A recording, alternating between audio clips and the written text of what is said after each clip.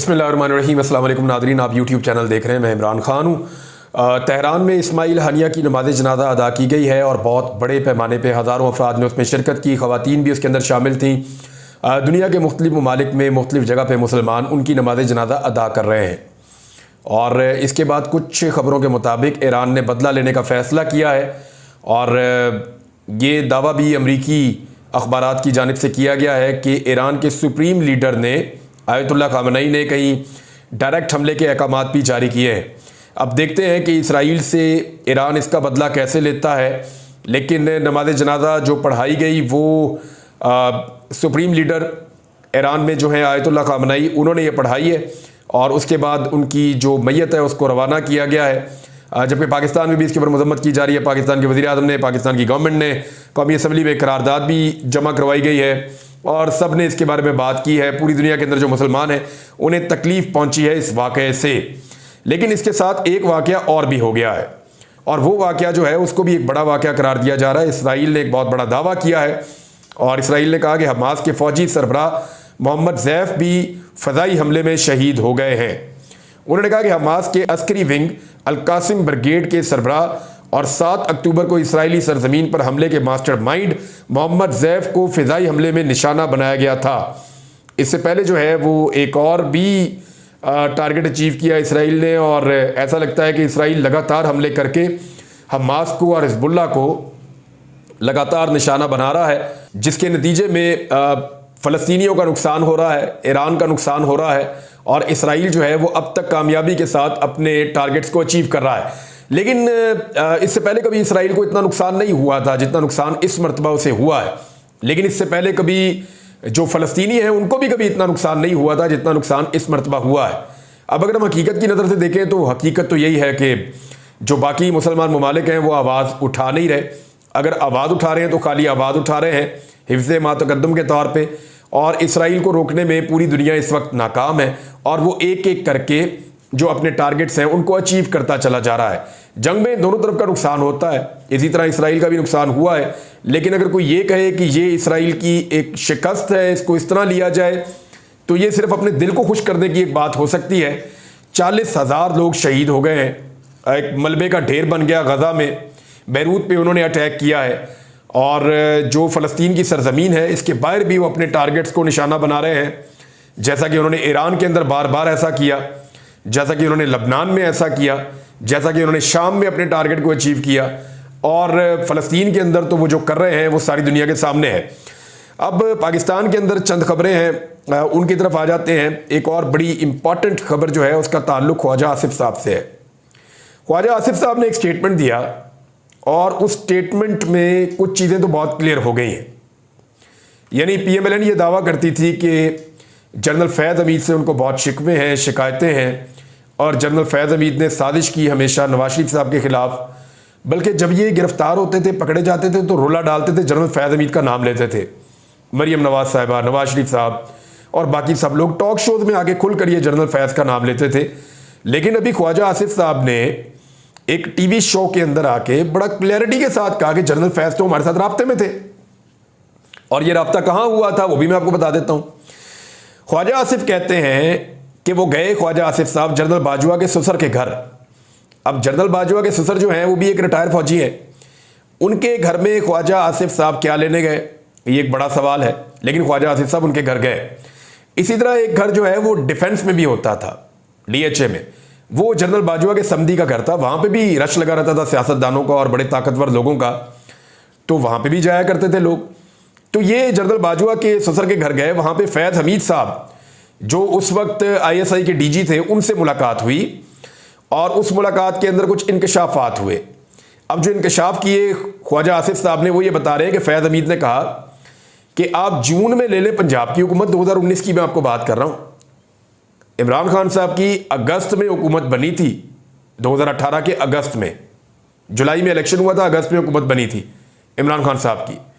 तो अगस्त में इमरान खान साहब की हुकूमत बनती है और चंद महीने के बाद जनरल फैज़ की मुलाकात होती है ख्वाजा आसिफ से और वो ये ऑफर करते हैं कि जून में, यानी जून उस वक्त नहीं आया था, ये मुलाकात जून से पहले ही हुई, मुमकिन है फरवरी मार्च अप्रैल में हुई हो, लेकिन उन्होंने कहा जी इमरान खान साहब से हमारा दिल भर गया है और वो फेडअप हो गए थे इमरान खान साहब से और उन्होंने कहा जी मुझे पेशकश की गई कि जून में आप पंजाब की हुकूमत ले लें हमसे और दिसंबर में आप वफाकी हुकूमत ले लें हमसे, लेकिन नवंबर में आप जनरल बाजवा को एक्सटेंशन दिलवा रहे हैं ना।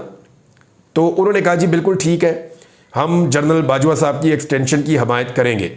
अब यहाँ पे एक बहुत बड़ा सवाल पैदा होता है। 2019 नवंबर में जनरल बाजवा की एक्सटेंशन हुई थी।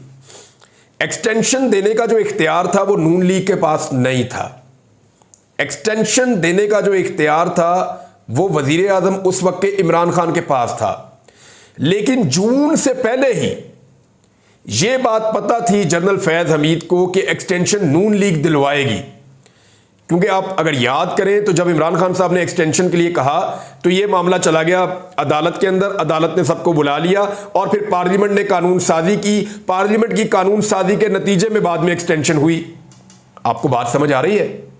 जरा इसको समझिए कि जो कुछ होना था बाद में, यानी सितंबर अक्टूबर नवंबर में जो चीजें होनी थी उनके बारे में जून से पहले जनरल फैज हमीद साहब को पता था। ये नून लीग का क्या काम था एक्सटेंशन में? ये तो वजीर आजम का सवाबदीदी इख्तियार था। वजीर आजम अपने इख्तियार को इस्तेमाल करते हैं और आर्मी चीफ को एक्सटेंशन दे देते हैं, इसमें तो प्रॉब्लम ही कोई नहीं होता। तो अपोजिशन की एक जमात जिनके लीडर जेलों के अंदर हैं, उन्हें कैसे पता कि वो एक्सटेंशन दिलवाने में एक रोल प्ले करेंगे?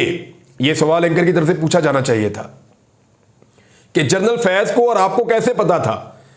आपका तो कोई किरदार ही नहीं था एक्सटेंशन दिलवाने में। तो जनरल फैज को कैसे पता था कि एक वक्त ऐसा आएगा कि अदालत में एक केस जाएगा, अदालत में जो केस जाएगा उसके नतीजे में मामला जो है वो पार्लियामेंट में जाएगा और पार्लियामेंट में जो है वो नून लीग के वोट दरकार होंगे? क्या ये सारी चीजें पहले से डिजाइन थी? क्या पीएमएलएन ने एस्टेब्लिशमेंट के साथ मिलकर ये चीजें पहले से डिजाइन कर रखी थी? ये बहुत इंपॉर्टेंट है, इसको याद रखिएगा नादरीन। इसके ऊपर डिटेल में बात करेंगे, मैं तारीखें निकाल के आपके सामने रखूंगा, ये बहुत अहम नुक्ता है। बार उन्होंने कहा जी हम इमरान खान साहब से तंग आ गए हैं और इमरान खान साहब एक्सपोज हो गए हैं और कोई इन पे एतबार नहीं करता, लिहाजा जनाब हम इनसे जान छुड़ा रहे हैं। जून में आप हुकूमत ले लें पंजाब की और बाद में आप ले लें वफाक की दिसंबर में। लेकिन हुआ क्या, ये फार्मूला क्यों नहीं हो पाया? देखें, एक तो बाजवा साहब की जब एक्सटेंशन हुई तो उसके बाद कोरोना वायरस आ गया 2020 में। तो 2020 में इमरान खान के खिलाफ जो ऑपरेशन होना था वो हो ही नहीं सका। फिर 2021 के अंदर जो है वो दोबारा से होना था, लेकिन कोविड 2021 भी आधा खा गया ऑलमोस्ट। और फिर ये मामला शुरू होता है, फिर ये मामला शुरू होता है कि अब किस तरीके से इमरान खान साहब को बाहर निकालना है। और फिर बाहर निकालते निकालते 2022 आ गया और फिर इस तरह पंजाब में भी हुकूमत तब्दील की गई और वफाक में भी हुकूमत तब्दील की गई 2022 में। तो चीज़ें बहुत क्लियर हो रही हैं, अब सबके सामने आ जाना चाहिए, सबको समझ आ जानी चाहिए कि चीज़ें कहाँ तय हुई, कब तय हुई। इनके ऊपर हम और डिस्कशन करेंगे, लेकिन बाद में करेंगे। कुछ और खबरें हैं जिनमें से एक खबर जमात इस्लामी ने 2 दिन की मोहलत दे दी है हुकूमत को। उन्होंने कहा जी 2 दिन की मोहलत है, अगर 2 दिन के अंदर हमारे मुतालबात के ऊपर अमल दरामद किया तो ठीक है, अगर हमारे मुतालबात तस्लीम ना किए गए तो फिर 2 दिन के बाद हम क्या करेंगे? 2 दिन के बाद उन्होंने कहा जी फिर हम इसको हुकूमत गिराने की तहरीक में तब्दील कर देंगे। देखिए, जमात इस्लामी का धरना अब काफ़ी दिन हो गए हैं वो बैठे हुए हैं रावलपिंडी में, लगातार बारिशें हो रही हैं, बंदे कभी कम हो जाते हैं कभी ज़्यादा हो जाते हैं। जब लगातार एक धरना बैठता है तो ऐसी चीज़ें होती हैं। जमात इस्लामी की एक अच्छी तंजीम है, वो अपनी तंजीम को भी बिठाए रखें तो बड़ी तादाद में लोग वहाँ मौजूद रह सकते हैं। अब मामला ये है कि वो हमेशा तो वहाँ बैठे नहीं रह सकते। एक पार्क में बैठने का उन्होंने फैसला किया जिससे हुकूमत के ऊपर कोई दबाव ही नहीं आ रहा, ना ज़्यादा टीवी पे खबरें चल रही हैं, ना रोला पड़ा हुआ है, ना सोशल मीडिया के ऊपर जोर पड़ रहा है। हुकूमत के ऊपर किसी किस्म का दबाव जमात इस्लामी नहीं बना पा रही। तो इसलिए वो एक स्टेप और आगे जाने का शायद सोच रहे हैं कि अगर हमारे मुतालबात ना माने गए, मुतालबात बहुत मुश्किल है, उसके लिए IMF को नाराज़ करना पड़ेगा, बहुत मुश्किल मुतालबात है।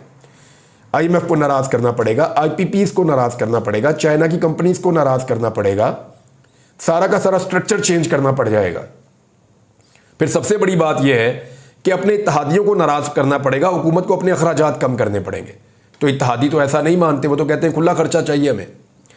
तो इस सूरत हाल में जमात इस्लामी को दूसरी हिकमत अमली का उन्होंने अभी एक वार्निंग तो दी है, लेकिन ऐसा लगता है कि उन्हें इस पर जाना पड़ जाएगा या तो फिर उनके खिलाफ ऑपरेशन करके उनको वापस घर भेज दिया जाएगा। दोनों में से एक चीज़ तो हमें दिखाई दे रही है। अब एहसन इकबाल साहब ने भी एक स्टेटमेंट दिया। उनके स्टेटमेंट की तरफ आप हेडलाइन पढ़ें, आपको आइडिया हो जाएगा। उन्होंने कहा जब इदारे समझेंगे तब पीटीआई पर पाबंदी का फैसला करेंगे। एक तो इदारों का काम ही नहीं है ये काम है पॉलिटिकल गवर्नमेंट का। अगर गवर्नमेंट काबीना ये समझती है कि पाकिस्तान तहरीक इंसाफ पर पाबंदी लगानी है, जो कि वो कहते हैं हम समझते हैं, तो फिर वो पाबंदी लगाने का काम करके और सुप्रीम कोर्ट ऑफ पाकिस्तान को रेफरेंस भेज दे। फिर सुप्रीम कोर्ट ऑफ पाकिस्तान जाने और पाकिस्तान तहरीक इंसाफ जाने। अब वो ये कह रहे हैं जब इदारे समझेंगे। अब सुप्रीम कोर्ट ऑफ पाकिस्तान पहले तो नहीं बता सकती एहसन इकबाल साहब को कि हम समझ रहे हैं या नहीं समझ रहे।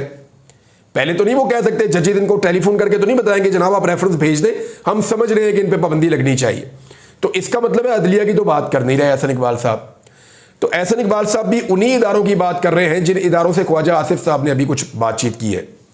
तो क्या एस्टेब्लिशमेंट को बार बार सियासत में इमरान खान घसीट रहे हैं या ये लोग एस्टेब्लिशमेंट को सियासत में घसीट रहे हैं?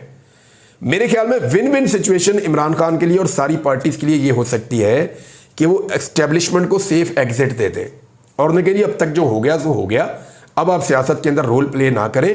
हम अवाम के मुंतखब नुमाइंदे अवाम की मंशा के मुताबिक मुल्क को आगे बढ़ाने का फैसला कर चुके हैं। लेकिन मुझे नहीं लगता कि अभी पाकिस्तान के सियासतदानों को इतनी अकल और समझ आई है कि वो अपनी डोमेन या अपनी जो रेंज है उसके अंदर इतना काम करें कि अपनी स्पेस को रीगेन करने की कोशिश करें, जो उन्हें कभी मिली नहीं। बहुत कम सियासतदानों ने स्पेस हासिल की पाकिस्तान में। अब एक और खबर है जी मेरे पास, और ये बड़ी इंपॉर्टेंट खबर है। देखिए परवेज इलाही साहब की पसलियां भी टूट गई, उनके साथ बड़ा जुल्म हुआ, जबर हुआ, वो बेचारे जेल भी काटते रहे और इस उम्र के अंदर उन्होंने बड़ी तकलीफ बर्दाश्त की। इमरान खान साहब उनकी बड़ी तारीफ करते हैं, वो ये कहते हैं जी मेरे बेहतरीन साथियों ने जिन्होंने जुल्म और जबर को बर्दाश्त किया और नहीं टूटे और मेरा साथ नहीं छोड़ा, उनमें एक परवेज इलाही है। और उनकी बहुत तारीफ करते हैं इमरान खान साहब कि इस उम्र में वो डट कर खड़े रहे। अब आ जाए इस बात पे कि खैबर पख्तूनख्वा में एक गेम हो गई है। गेम मैं आपके सामने रख देता हूं। खैबर पख्तूनख्वा में क्योंकि मखसूस नशिस्तें पाकिस्तान तहरीक इंसाफ ने उनके ऊपर हलफ ही नहीं होने दिया था, तो खैबर पख्तूनख्वा की असम्बली नामुकम्मल है। मखसूस नशिस्तों पर अब हलफ होने जा रहा है। पाकिस्तान तहरीक इंसाफ को ज़्यादातर मखसूस नशिस्तें मिल रही हैं, बहुत कम थोड़ी इक्का दुक्का जो है वो बाकी जमातों को मिल रही हैं। तो तहरीक इंसाफ को जो मखसूस नशिस्तें मिलने जा रही हैं खैबर पख्तूनख्वा में, उनकी बुनियाद पे वो सबसे बड़ी मेजॉरिटी की पार्टी बन जाएगी। जब मैंने खैबर पख्तूनख्वा के लोगों से पहले पूछा था, अली अमीन गंडापुर से, बाकी लोगों से, तो उन्होंने कहा था जी हमारे सेनेटर भी कम हो जाएंगे अगर हमने मखसूस नशिस्तों पर हलफ बर्दारी होने दी, तो ये फौरन सेनेट का इलेक्शन करवा देंगे और हमारे 11 सेनेटर बनते हैं, क्योंकि 11 सेनेटर ही आ रहे हैं। उस वक्त तो ये पूरा यकीन था कि हमारे 11 सेनेटर बनते, हम 11 के 11 लेंगे, हम एक भी नहीं छोड़ेंगे और हम सारे वोट ले सकते हैं। ये उनके अंदर उस वक्त कॉन्फिडेंस था अली अमीन गंडापुर साहब में। अब हुआ यह है कि मखसूस नशिस्तें तो पाकिस्तान तहरीक इंसाफ को मिल गई, लेकिन अब एक और रोला पड़ गया है। ये वहां करवाना चाह रहे हैं, खैबर पख्तूनख्वा की हुकूमत की बात भी कर रहा हूं और पाकिस्तान तहरीक इंसाफ की क़यादत की बात भी कर रहा हूं। तहरीक इंसाफ की क़यादत यह चाह रही है कि खैबर पख्तूनख्वा में बिला मुकाबला इलेक्शन हो जाए। अब बिला मुकाबला इलेक्शन के लिए सिर्फ एक सीट उनको छोड़नी पड़नी थी, और वो भी JUIF के लिए, क्योंकि उनकी सीटें ज्यादा हैं। 91 सीटें जो हैं वो PTI की हैं और 7 JUIF की हैं। तो JUIF के लिए एक सीट छोड़नी पड़नी थी। JUIF ने कहा जी आप टेक्नोक्रेट की एक सीट आप हमें दे दें तो हम जनाब आपके रास्ते से हट जाएंगे, बाकी सारी सीटें आप ले जाएं। तो बाकी रह गई 10 सीटें। तो 10 सीटें पाकिस्तान तहरीक इंसाफ की थी। अब ये कौन कौन सी हैं देखें। 7 जर्नल नशिस्तें हैं जिनके ऊपर इलेक्शन होगा, उसके बाद 2 खवातीन की नशिस्तें, उसके बाद 2 टेक्नोक्रेट की नशिस्तें। इस तरह ये बन जाती हैं 11 नशिस्तें। अब हुआ यह कि टेक्नोक्रेट की एक सीट तो जमीयत उलमा इस्लाम को देने के बाद PTI ने अपनी 10 सीटें सिक्योर कर ली। अब 7 जर्नल नशिस्तें, 2 खवातीन की और एक जो है वो टेक्नोक्रेट की मिलनी चाहिए पाकिस्तान तहरीक इंसाफ को। लेकिन यहां पे गेम शुरू हो गई। गेम क्या हुई वो मैं आपको बताता हूं। 2 सीटें मजीद देने का अब तक की इतला के मुताबिक फैसला हुआ है। कल ये बदल जाए तो मुझे नहीं पता, लेकिन अब तक की इतला के मुताबिक 2 सीटें मजीद PDM की जमातों को देने का फैसला हुआ है। एक सीट नून लीग को दी जाएगी, एक सीट पीपल्स पार्टी को दी जाएगी मुबैना तौर पर। अब उसकी वजह क्या है? वजह यह है कि अगर मुकाबले में जाते हैं तो फिर पैसा चलेगा, जब पैसा चलेगा तो बहुत सारे MPs बिक जाएंगे। जब बहुत बड़े पैमाने पे एमपीएस बिक जाएंगे तो तहरीक इंसाफ को लगता है कि उनकी 8 सीटें भी खतरे में पड़ जाएंगी। इसका वाज़ेह मतलब यह है कि पाकिस्तान तहरीक इंसाफ का कोई भी एमपीए वैसे तो पाकिस्तान तहरीक इंसाफ को छोड़ने पर तैयार नहीं है, क्योंकि उन्हें पता है छोड़ेंगे तो सियासत तबाह हो जाएगी। लेकिन खुफिया बैलेटिंग के अंदर अली अमीन गंडापुर साहब को या पाकिस्तान तहरीक इंसाफ की क़यादत को इस बात का शक है कि उनके बेशुमार लोग बिक जाएंगे, क्योंकि शायद उन्हें वफादारियों का प्रॉब्लम आ रहा है या उन्हें ऐसा लगता है कि ये नजरियाती लोग नहीं है जिनको हमने टिकट दिए थे, ये बिक जाएंगे और ये लोग करोड़ों रुपया लेकर पीपल्स पार्टी और पीएमएलएन के सेनेटर्स को इलेक्शन जितवा देंगे और वो सेनेटर बन जाएंगे और हमारे सेनेटर्स कम हो जाएंगे। अब बिला मुकाबला इलेक्शन के लिए ये लोग पर तोड़ रहे हैं। पीटीआई फंसी हुई थी कि 2 सीटें हम आपको दे देते हैं, एक आप टेक्नोक्रेट ले लें, एक आप जर्नल ले लें, लेकिन रोला ये पड़ गया जी हमें 3 चाहिए, एक पीपल्स पार्टी के लिए चाहिए, एक पीएमएलएन के लिए चाहिए और एक चाहिए जेयूआईएफ के लिए। मामला ये है कि वो धमका ये रहे हैं कि जनाब आप नहीं देंगे तो हम खरीद के ले लेंगे। और दूसरी बात ये है कि ये तीनों लोग जो पीडीएम की जमातों की तरफ से आए हैं, ये तीनों बहुत अमीर लोग हैं, बहुत अमीर, और बहुत पैसा खर्च हो रहा है, बिलियंस खर्च हो रहे हैं, बहुत पैसा खर्च हो रहा है। तो ये पैसा या तो एमपीएस खा लेंगे या तो फिर कोई और खा लेगा। अब मामला ये है कि पाकिस्तान तहरीक इंसाफ की क़यादत में मेरी इतला के मुताबिक कुछ लोग ऐसे हैं जिन्होंने पीएमएलएन और पीपल्स पार्टी का एक एक सेनेटर बनवाने के बदले में पैसा वसूल करने का फैसला किया है। और इसके अलावा एक चीज आपको मैं और बताता हूं जो बड़ी इंटरेस्टिंग है। इमरान खान साहब ने जो नाम दिए थे उनमें मैं आपको नाम बता देता हूं। जनरल नशिस्त पे 5 बंदे उन्होंने कंफर्म किए थे कि ये 5 बंदे तो जनरल इलेक्शन लड़ेंगे और ये 5 बंदे आपने जरूर सेनेटर बनवाने प्रायोरिटी पे। उनमें एक मुराद सईद, दूसरा फैसल जावेद, तीसरा इरफान सलीम, चौथा अजहर मशवानी, 5वां नूरुल हक कादरी। अब पाकिस्तान तहरीक इंसाफ के अंदर बहुत सारे सेनेटर्स हैं जो मिर्जा अफरीदी को बनाना चाहते हैं सेनेटर, और उन्होंने बार बार इमरान खान साहब को जाकर कहा, तो 2 मरतबा इमरान खान साहब ने मना किया कि मिर्जा अफरीदी को नहीं बनाना, और 3 से 4 मरतबा इमरान खान ने कहा कि अजहर मशवानी को बनवाना है और नूरुल हक कादरी को बनवाना है, ये 2 बंदों को जरूर बनाना है। लेकिन मिर्जा अफरीदी को जानबूझकर बनाया जा रहा है। हालांकि मिर्जा अफरीदी पता कौन है? 2021 में इसको डिप्टी चेयरमैन सेनेट बनाया गया था। ये पीटीआई का पहले भी सेनेटर था। ये जब इमरान खान साहब जेल गए तो ये वर्ल्ड टूर पे चला गया था। ये वो आदमी है जिसने एक दिन कहीं निकल के इमरान खान के लिए कोई आवाज नहीं उठाई। ये वो आदमी है जिसने 2 महीने तक आदम सवाती के लिए प्रोटेक्शन ऑर्डर नहीं जारी करवाए। ये वो आदमी है जिसने 11 महीने तक इजाज चौधरी साहब के लिए भी प्रोटेक्शन ऑर्डर जारी नहीं करवाए। तो इमरान खान के लिए इसने कुछ नहीं किया, लेकिन क्योंकि पैसा वैसा है और बहुत तगड़ा आदमी है, सबको खुश रखता है, लिहाजा मिर्जा अफरीदी के लिए इस वक्त पाकिस्तान तहरीक इंसाफ के अंदर सेनेटर्स जो हैं वो फुल जोर लगा रहे हैं कि कुछ भी करके मिर्जा अफरीदी को सेनेटर बनाया जाए। अब मिर्जा अफरीदी के चक्कर में 2 लोगों को बलि का बकरा बनाया जा सकता है। एक नूरुल हक कादरी को, नूरुल हक कादरी साहब ने बहुत साथ दिया इमरान खान का, उनको कुर्बानी का बकरा बनाया जा सकता है, या अजहर मशवानी को जिसके 2 भाई अभी भी जो है वो गायब है, अभी भी लापता किए गए हैं उसके 2 भाई 50-60 दिन से, और जो कुछ उसके ऊपर बीता वो सारी दुनिया जानती है। तो इन दोनों में से एक को कुर्बानी का बकरा बनाया जाएगा, एक ऐसे शख्स के लिए जो इमरान खान के लिए खड़ा ही नहीं हुआ, ना अपनी पार्टी के लिए खड़ा हुआ। तो ये जनाब पाकिस्तान तहरीक इंसाफ में चल रहा है। इसके बारे में और तफसीलात बताऊंगा आपको बाद में। अब तक के लिए इतने, अपना ख्याल रखिएगा, अपने चैनल का भी। अल्लाह हाफ़िज़।